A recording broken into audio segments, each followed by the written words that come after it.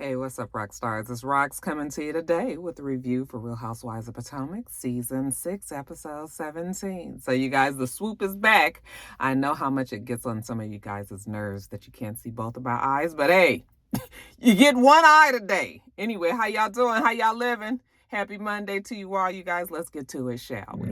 All right, you guys, actually, let's start the show with Ashley and Michael Darby going out with Juan and Robin Dixon. We know that Juan and Michael have a certain bromance that nobody understands.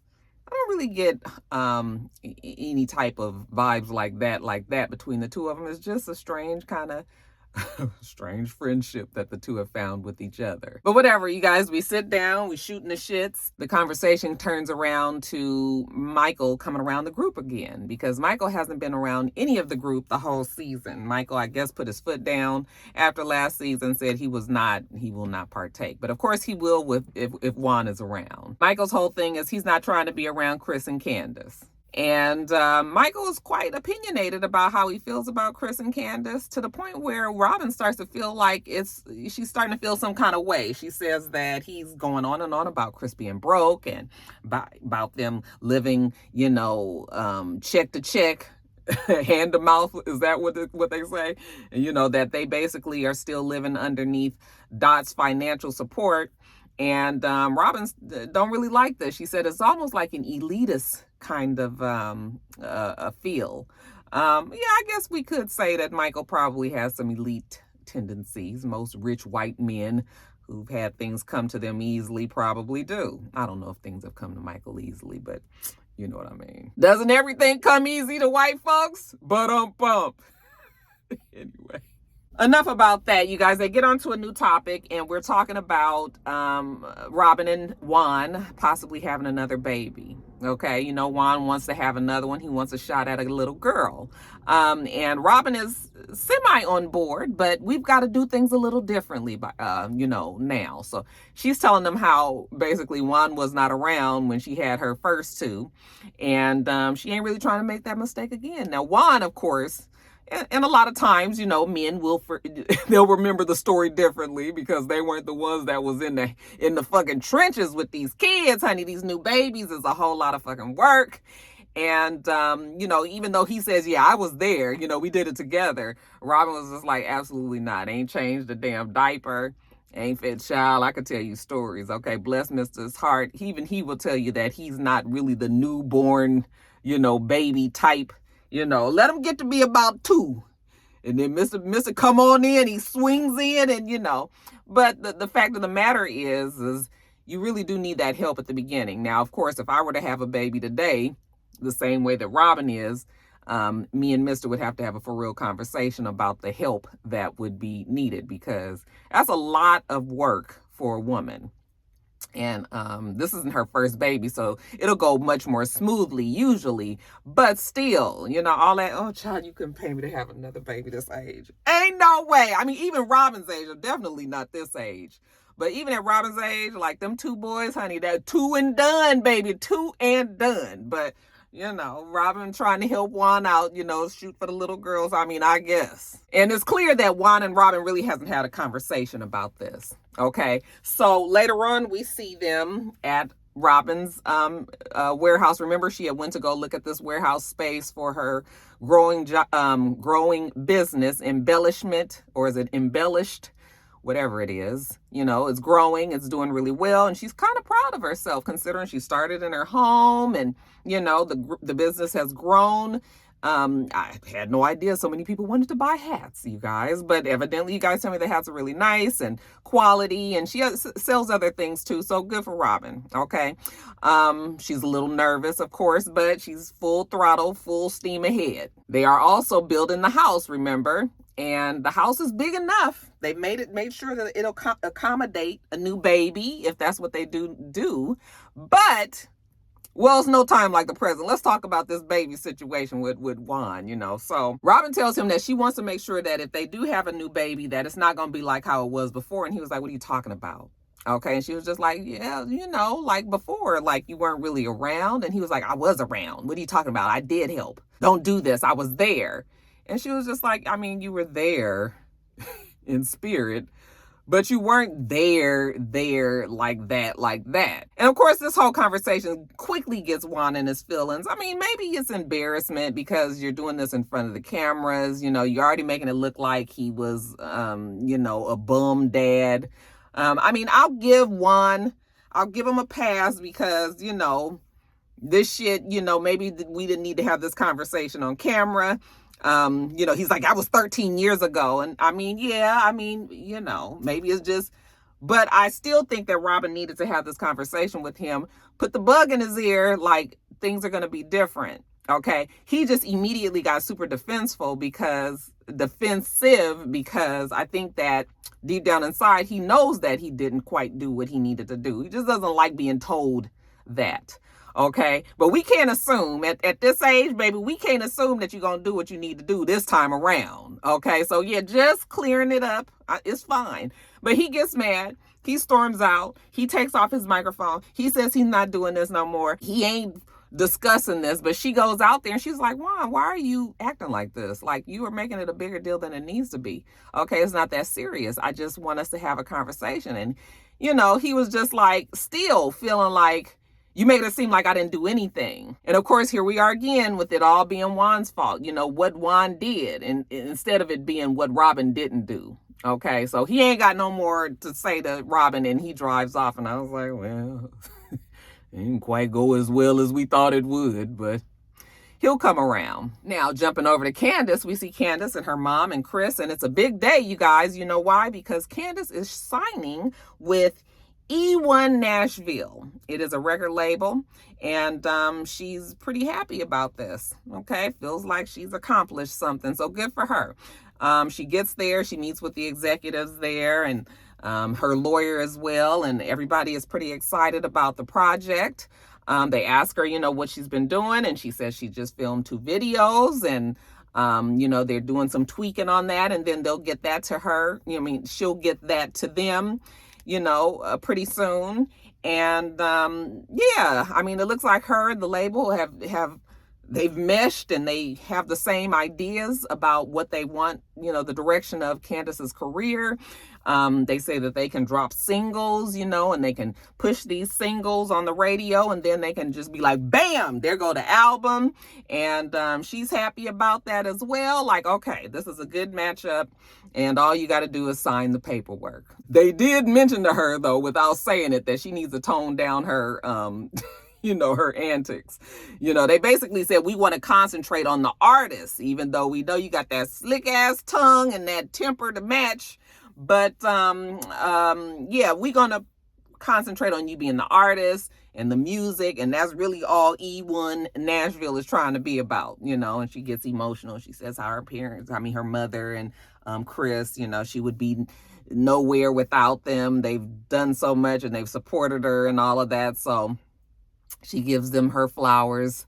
And then she goes on and she signs the paperwork. So Candace is a signed artist, and it is a done deal. Now, you guys, let's jump over to Karen, who is the woman of the hour, actually. You guys know her wedding is coming up, or actually her 25th anniversary is coming up. I think it's in a couple of days. Okay, so her and Uncle Jessup are talking to Antonia, which is her wedding coordinator. I need to talk to her so that we can walk through the whole ceremony. I am celebrating 25 years of marriage with this man, and I am an example to others like Giselle and Robin. And I need to make sure that every motherfucking thing is in place. So she's talking to the lady, and they're talking about the direction of everything. The kids are going to be there, and she says, unfortunately, Raven will not be there because they believe that Raven has kidney stones. So she won't be there, but she's happy to know that Brandon will be there.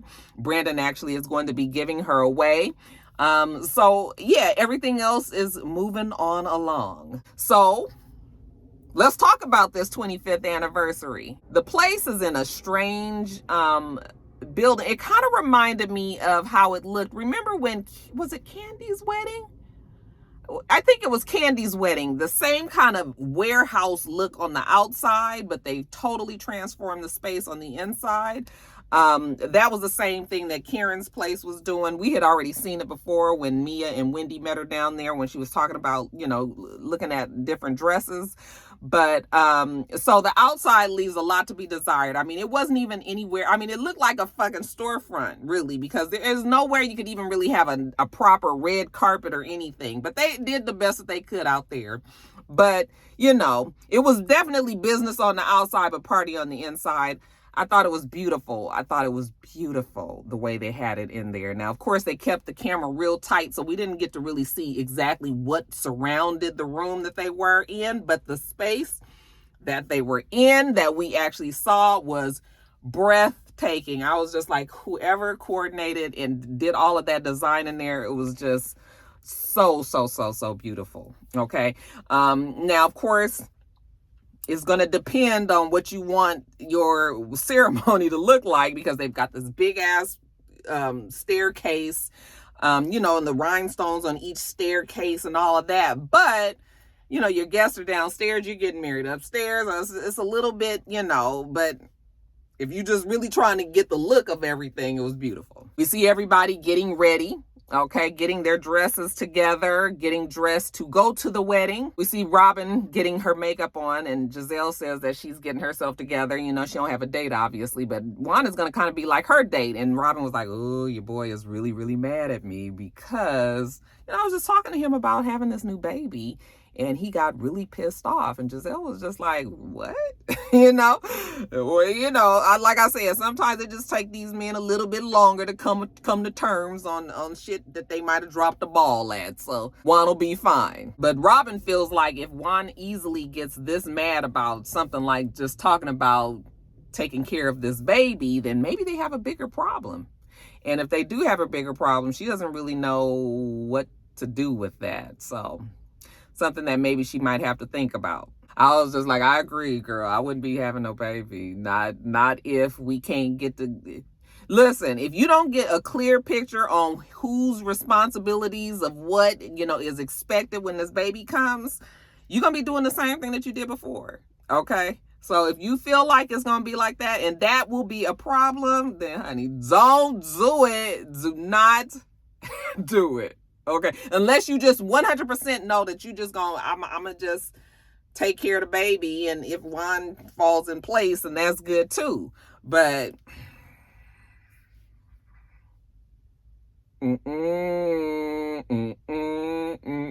now we see Karen get to the event space, and she's happy about it. She's already got her hair prepared. I was just like, okay, good. Finally, we got people that's really like ready to be on time. Okay, somebody's already prepared her hair. It looks like they've done at least the base of her makeup.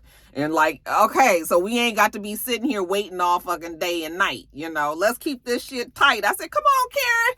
Considering, remember her first thing that she had at the house when they was all sitting in the damn vestibule, when they was all sitting just in the little sitting space, and she tried to act like that was like high budget and all. And no, this right here was, you can see the difference in 6 years, right? What a difference 6 years makes. So anyway, people start getting to the venue, and it almost felt like they just felt like they had to say something negative. So everybody was complaining about the stairs.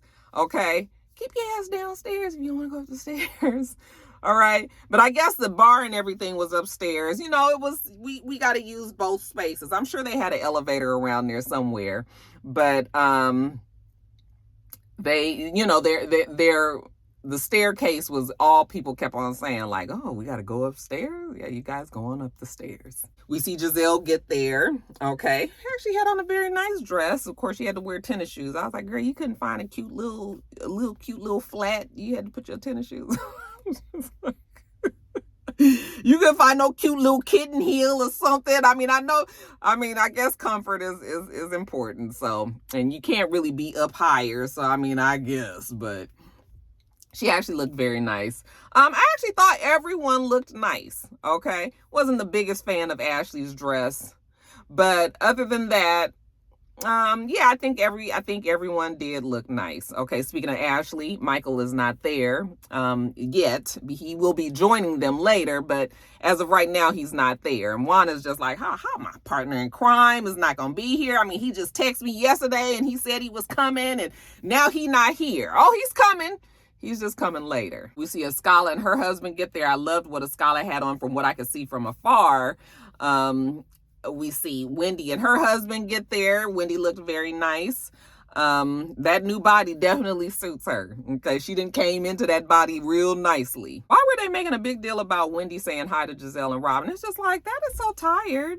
Okay, Wendy is not paying them any attention, and Robin and Giselle are going to continue to be, mad that she doesn't say anything. But it's just sort of like, child, leave that girl alone. Let her live her life and not have to deal with Robin and Giselle. I'm not mad. Child, it's whatever. And then Ashley says that she's curious to see how this whole thing is going to go with Michael, when he gets there, because Michael's very opinionated and Michael always speaks his mind and he doesn't really know how to control his mouth.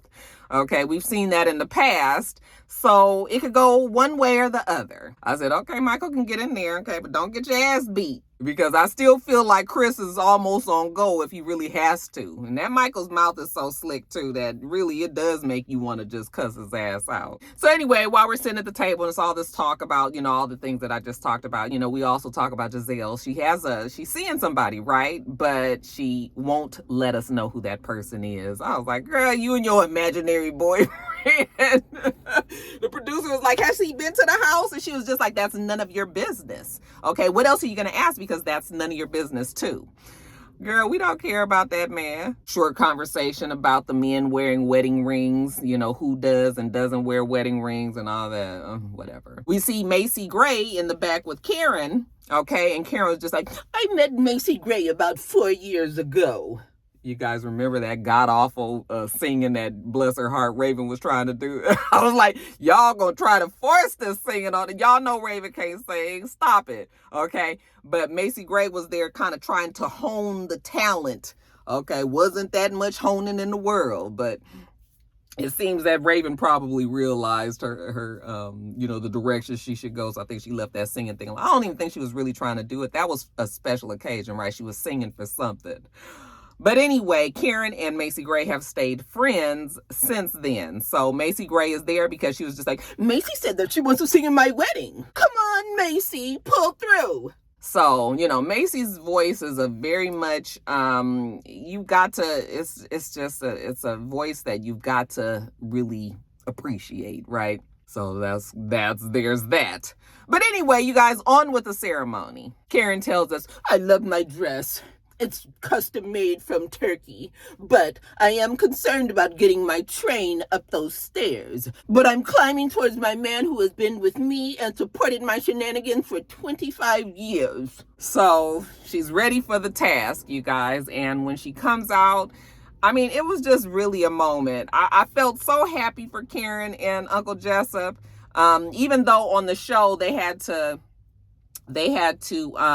edit out what the real music was. She actually walked out to Al Green's Let's Stay Together, because if you follow her on Instagram, she actually showed when she walked out, and that's why you could see that she was singing. She was actually singing the words to Uncle Jessup as she walked down the aisle, and it was just really, really beautiful. That dress was amazing.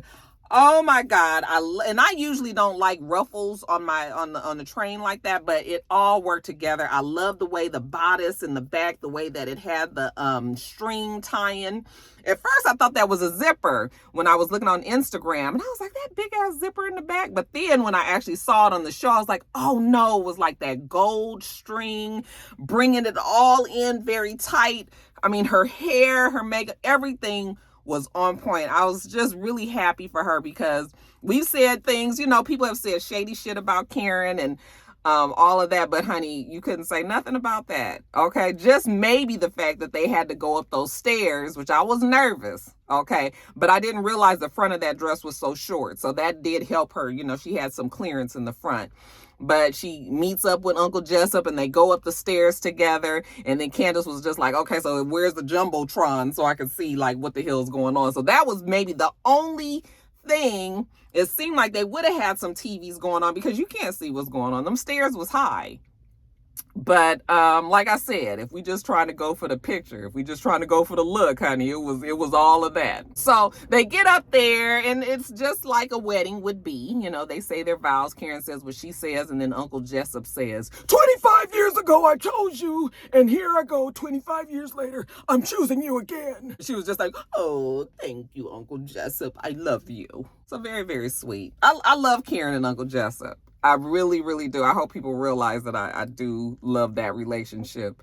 They've been through a lot. They showed a little montage of all the dramas that Karen and Uncle Jessup went through. At one point, we wasn't sure if they was going to make it after they had them tax problems. I think maybe Uncle Jessup's ego had to come to terms with the fact that Karen is now making good money, and maybe you have to rely on Karen, and maybe that's kind of hard for somebody that's always been the breadwinner and all of that, but we finally get around it. Okay, saw the life coach, saw the therapist, did the work, and now we good, and here we are, 25th anniversary, just like he said at the reunion that he was going to do it big, and they did it big. So very, very, very sweet, you guys. So we get through all of that, right? Kiss the bride, come on down them stairs. They made it seem like she was gonna fall. I was like, Lord, please don't let this woman fall. But like I said, she had the short thing. It was just like, can you hold on to the rail? Why Uncle Jessup hold on? Well, I know why Uncle Jessup is holding on.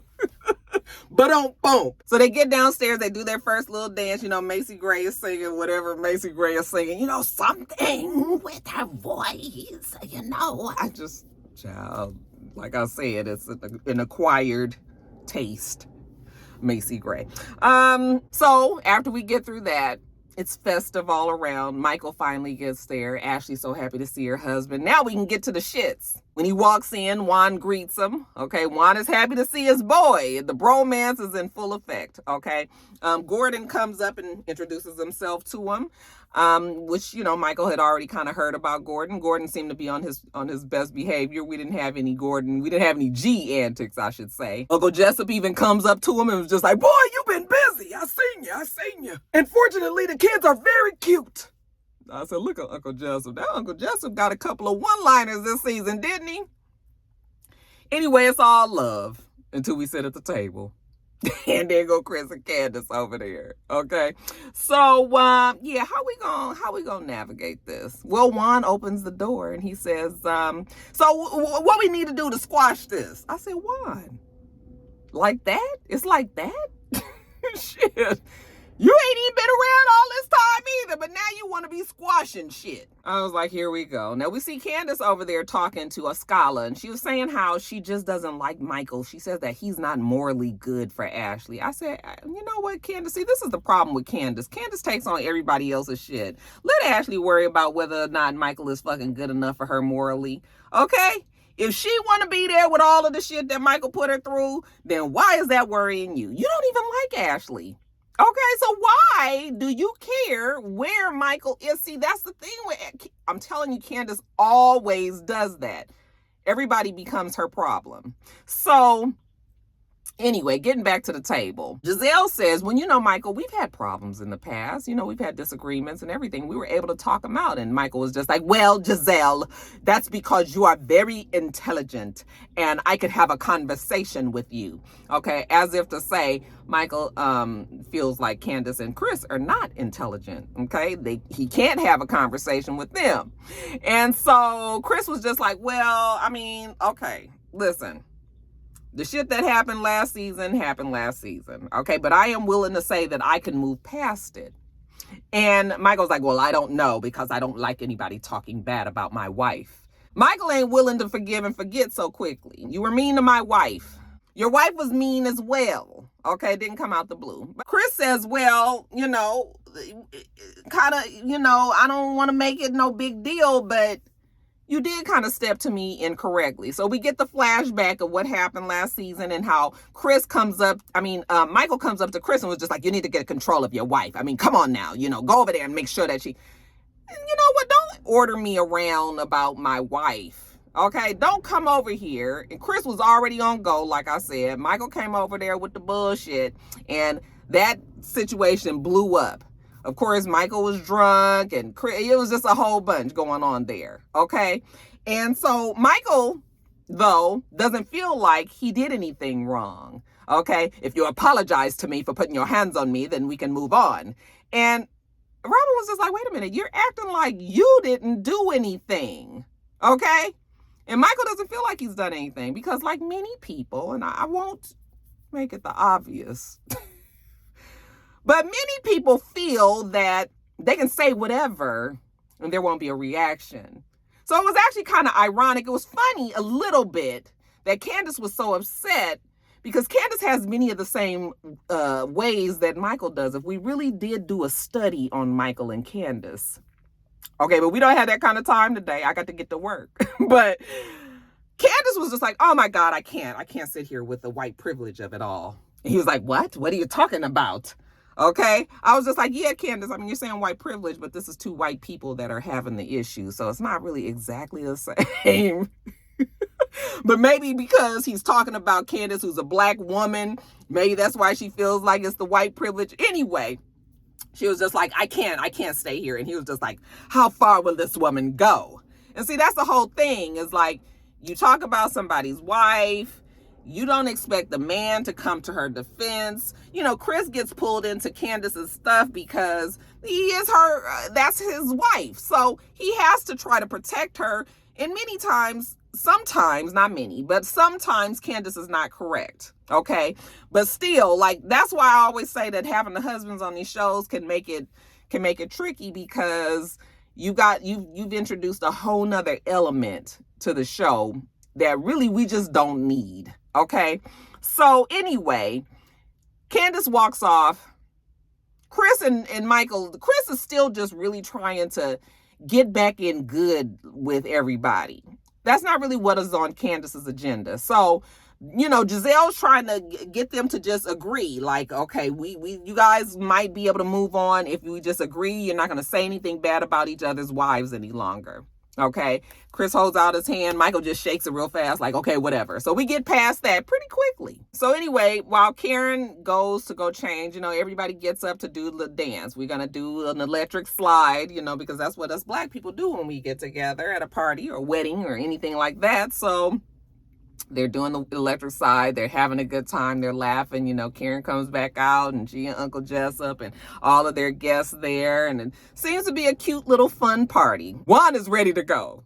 All right. Juan was like, I done did my little time, and now it's just, you know, the camera people just around catching little tidbits. He's trying to go. And Robin was just like, why are you leaving already? Okay. But Robin says that being at this anniversary party does kind of bring into focus that she doesn't really have any wedding plans. And I guess that is a little concerning. I was just like, Robin and Juan are not getting married. They really just strike me as the type that they just okay with the status quo. I mean, you got everything else like you guys are married. So, I mean, I don't really see them getting married. I mean, I don't see them breaking up, but I don't know if I see them getting married either. We see Candace and Chris having a conversation, and, you know, Chris wants, like I said, he wants to move forward. He's tired of all this. But Candace was like, you know, the problem that she has with Michael is that he feels like he can talk to anybody any kind of way, and she is not going to bow down to him. And I was just like, girl, you spend more time being angry. You spend more time being mad. There's more to life. At some point, you got to learn how to let shit go. Certain things don't even matter. What does Michael mean to your life? Nothing.